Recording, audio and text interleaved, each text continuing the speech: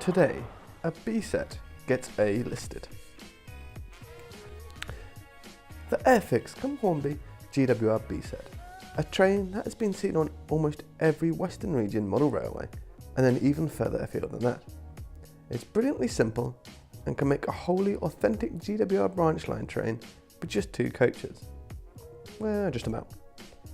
Today, we're going to take 2 of these coaches and make them into a slightly more accurate GWR E140 coaches, creating the idyllic branch line B set.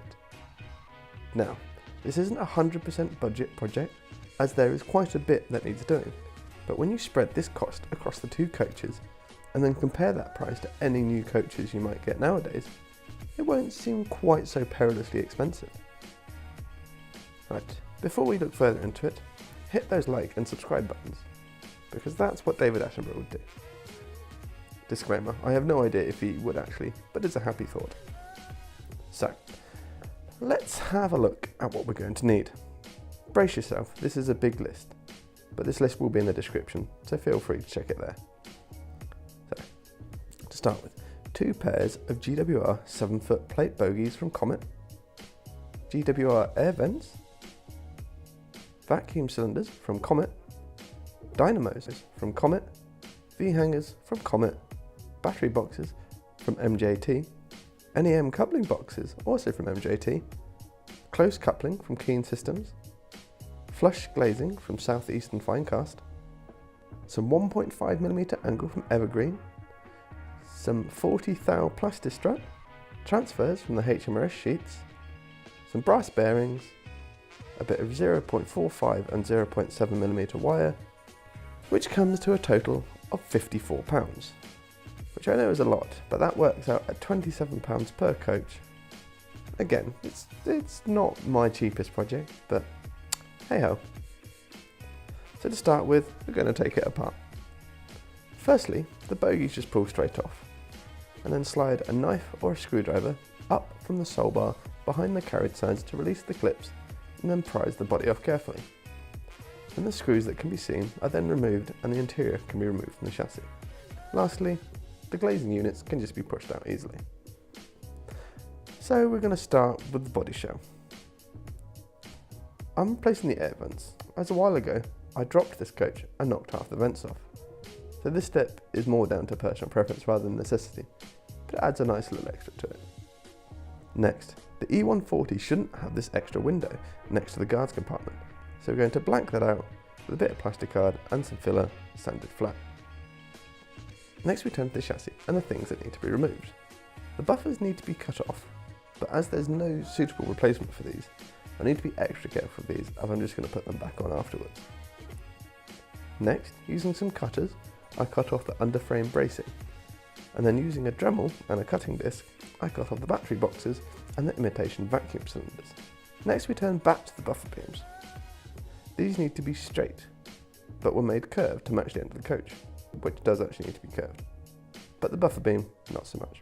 So a bit of cutting and filing, and we made a gap, which we then filled using some plastic cut to size, and then put some model filler over the top, sanded flat, and this was done at both ends. What wasn't done at both ends was the Keen Systems close coupling unit. This required quite a bit of filing to make it fit, and was fitted to the end which was the innermost of the 2 coaches. And make sure you get this at the right end, as whilst the chassis may look identical both ways round, the interior and body will only fit on one way. Also, make sure that the Keen System delta plate is completely clean of any flash, and give the little lug an extra bit of filing so it can move easily. And then lastly, just a little bit of 3-in-1 on the delta plate just ensures smooth and easy movement. Now we're starting to install the details on the underframe. Firstly, fill some of the holes made by the removal of the existing battery boxes with a bit of plasticard. It doesn't have to be wholly neat, just secure enough to hold a new battery box. Now starting with the battery boxes. These looked quite daunting when I first looked at them, and I was a bit confused by them, to tell the truth, as there weren't actually any instructions included. So I looked to the internet for assistance, and I found an article which very clearly explained it, and after one battery box I was an expert. So I'll include a link to that in the description. Now that that is made up, you can start to look at the rest of the underframe. For this, I made up a diagram of what was underneath. This diagram was made after quite a bit of research looking at varying photos of E140s, and if I'm honest, I can't 100% be certain that this is correct. However, it's close enough for me, and seeing as there aren't any E140s left in preservation, I don't think anyone's going to particularly call me out on it. So using that, I just worked my way around the underframe, installing components as I went on, leaving off the brake rigging for now. Only the vacuum cylinders needed modification, and this was just to remove that little stalk. Next, the underframe bracing. This is time consuming and again, something else that's a bit daunting, but it is worth it. I only used the angle pieces for the bracing at the side, and then everything else was just plastistrut, all glued into place with poly cement. The end bits of the bracing ended here, just over this pre-existing line. I installed an extra little cross brace here, just for all the innermost pieces to buffer up to. All in all, each coach took half an hour to 45 minutes to fully build up the bracing. Next, the brake rigging. The V-hangers were cut away from their sprue, cleaned up, and one was glued to the inside of the sole bar, as depicted in the diagram from earlier.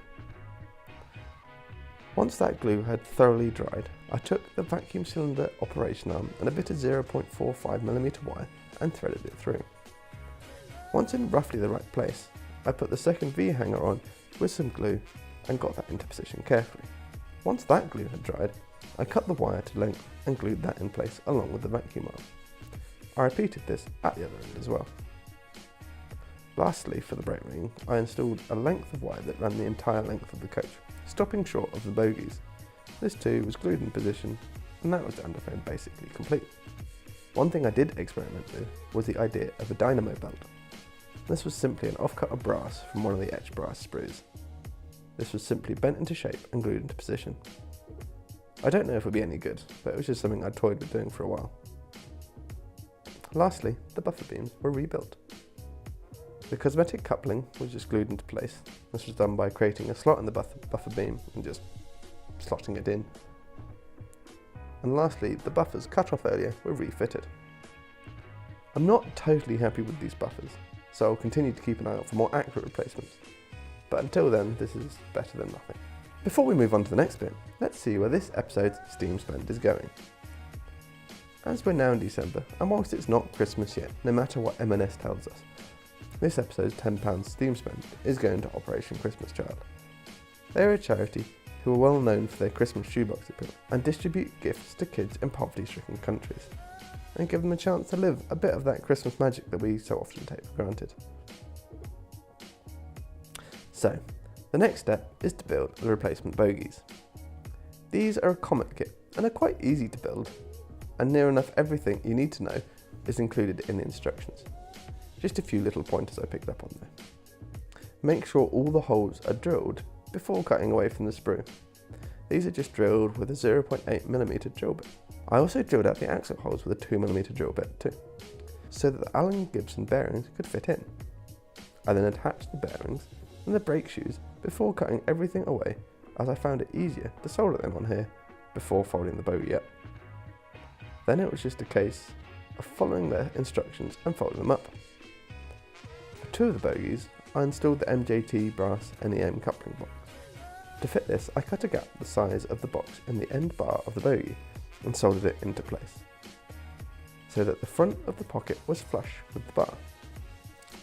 For the other two bogies, I actually cut the bar and trimmed these inner faces.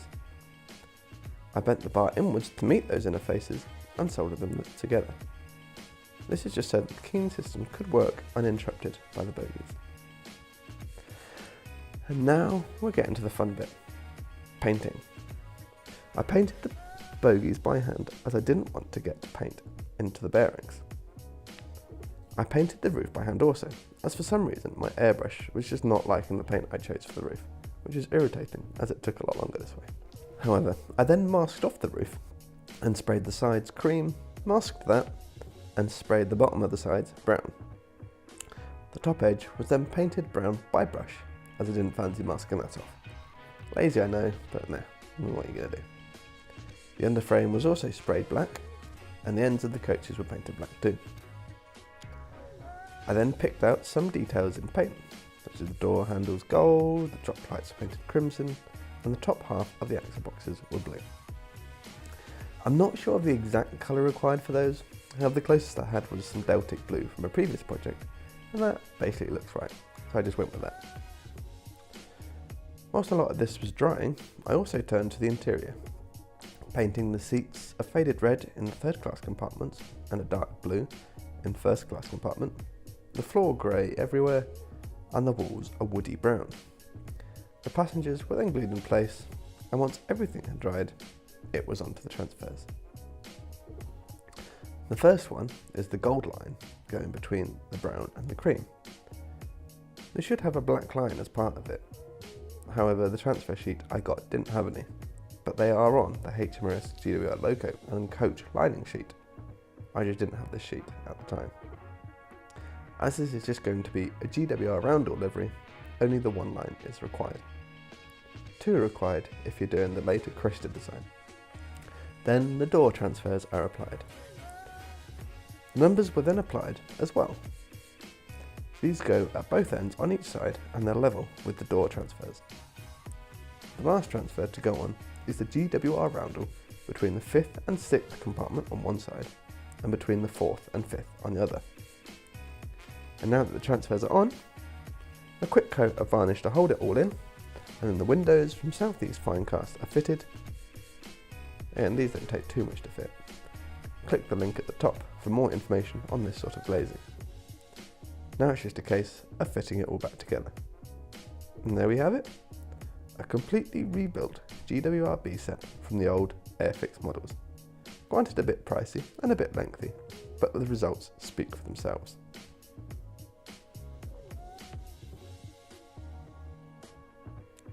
Thanks for giving us a watch. Click that subscribe button to make sure you see any more of our videos that we release. I'm sure it's a good idea. You should do that. Yeah, good idea, do that.